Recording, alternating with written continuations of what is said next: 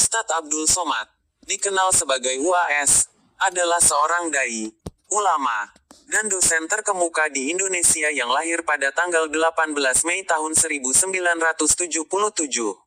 Berikut adalah detail mengenai asal-usul dan sejarah beliau.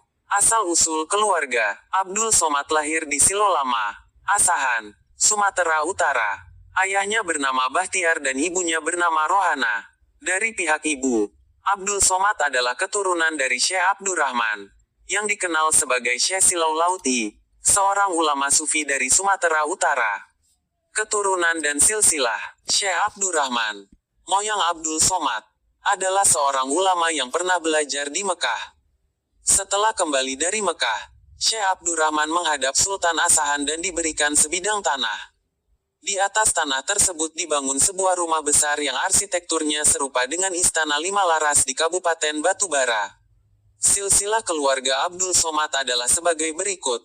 Abdul Somad adalah anak dari Hajah Rohana, yang merupakan anak dari Siti Aminah, yang merupakan anak dari Syekh Abdurrahman. Pendidikan awal, sejak kecil, orang tua Abdul Somad telah memasukkannya ke sekolah yang berbasis agama Islam. Ia memulai pendidikannya di SD Al-Wasliyah Medan dan lulus pada tahun 1990. Kemudian, ia melanjutkan ke Madrasah Sanawiyah Muallimin Al-Wasliyah Medan dan lulus pada tahun 1993. Pada tahun 1994, ia pindah ke Pondok Pesantren Darul Arafah di Deli Serdang, Sumatera Utara, selama 1 tahun. Pendidikan lanjutan. Pada tahun 1994, Abdul Somad melanjutkan pendidikannya di Madrasah Aliyah Nurul Falah di Indragiri Hulu, Riau, dan lulus pada tahun 1996. Ia kemudian kuliah di Universitas Islam Negeri Sultan Syarif Kasim UIN Suska, Riau selama 2 tahun. Pada tahun 1998, ia memperoleh beasiswa dari pemerintah Mesir untuk kuliah di Universitas Al-Azhar, Mesir, dan meraih gelar LEC.